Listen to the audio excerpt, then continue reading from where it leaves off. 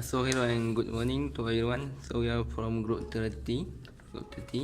So today we will show you how to solve this question. So we are given question 8-1 and 8-9.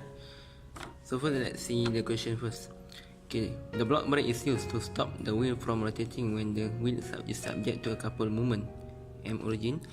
If the coefficient of static friction between the wheel and the block is new, determine the smallest force P that should be applied. So in this diagram, so the question asks to find the force that should be exerted on the P to stop the wheel from rotating. Okay. First of all, we will start with the free body diagram. So, as you can see here, we have two parts here, the upper part and the lower part. So we will separately doing it. Alright, for the FPG, for the first part, we have the handle. Right, so we draw the handle.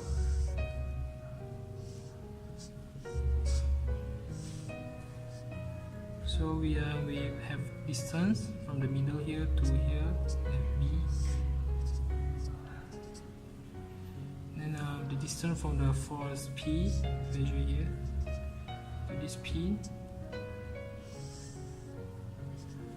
Here we have A. And then from here, from the bottom here to the pin here, we have C. Alright.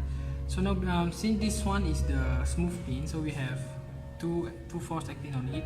So CX and CY. Okay, then we have a friction here, friction acting this way, since the disc is rolling this way, so the friction is acting this way. We have friction, and we have a normal acting outward. Alright, that's it, we're done for the first part. We have the disc here, so first of all we draw the disc. So here's the point O. And then we have a distance of R, is the radius, right? Then we have, so since this one is the pin, we have force acting on it, X and Y also. X. Right, we have normal force here, and with the given moment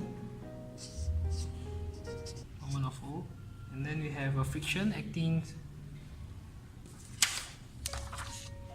oppositely for this one, for the moment, the friction. So friction is here.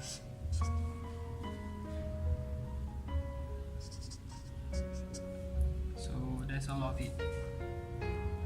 For this question, there is no value for all force and all value for others. Since that we have nothing to do with it, we need to take a summation of moment to solve this problem. To solve this problem, we use the point C as the point for first equation of moments. We use point C as it has a lot of force acting on it. At first, from here, we can see that we got the force P right here. Then the distance is always perpendicular with the force, so it's P times A.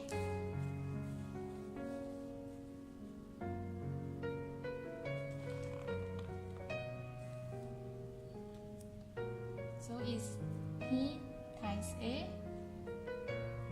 At here, we can see that ends is pointing outwards.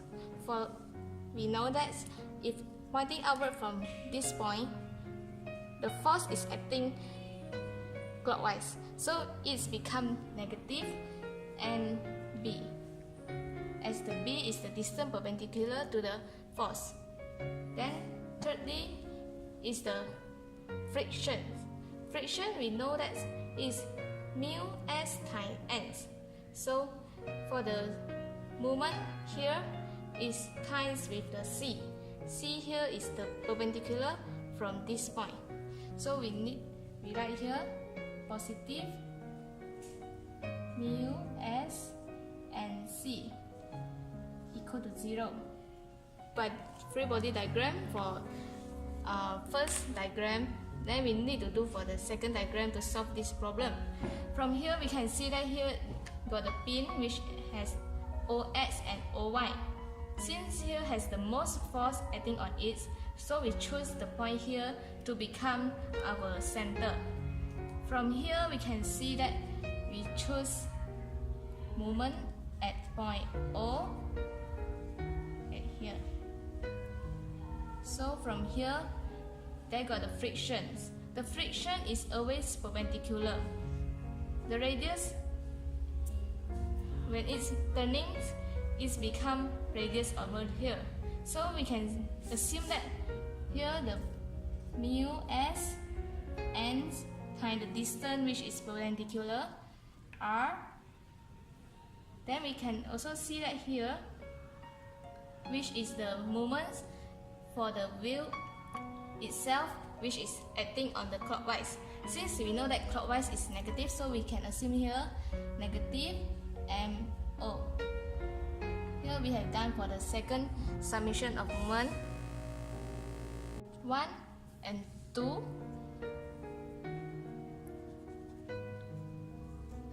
We can see that they have the same terms of n. Here we can make it derived from equation 1, derived of n. We make an equation from this. So from equation 1, we can take out the n over here, so we just copy the equations. Minus n times b. Here we got, because it is positive, so it's become negative here. Negative mu s times c equal to 0. From here we can make everything to the right hand side except the n. So from here we just copy the negative n. B negative mu s times c equal to negative ba. After that we take this part to the right hand side also. It's become negative n, negative b times a, and over here b minus mu s times c. Because here got a negative, we can take it out. From here we can get it n equal to p times a over b minus mu s times c.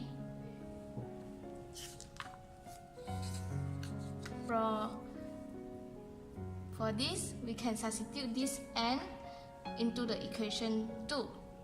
So for the equation 2, we have mu s n times r minus mo equal to 0, right?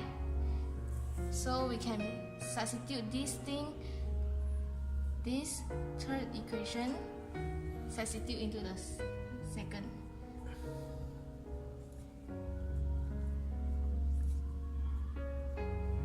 So from here we can substitute this n over here.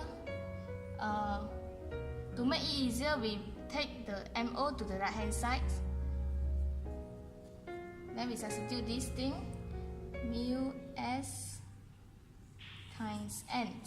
N is the p times a over b minus mu s times c times r. From here, for the question given, it asks us to find the minimum force of P. So from here, we need to derive everything to the right hand side except P. So from here we can get that is here mu s times r is become P times a over b minus mu s times c is equal to become like this. So we move this thing to the right hand side. P times a over b minus mu s times c is is equal to moment of O divided by mu S times R. From here we can get everything to the right hand side. So P is equal to M times O over mu S times R, then time with B minus mu S times C. Here we can see the times, so divide with the A also. Then we make it easier. It's become MO over mu S times R times A times B minus mu S times C. So here, this is the final answer for this question. Thank you.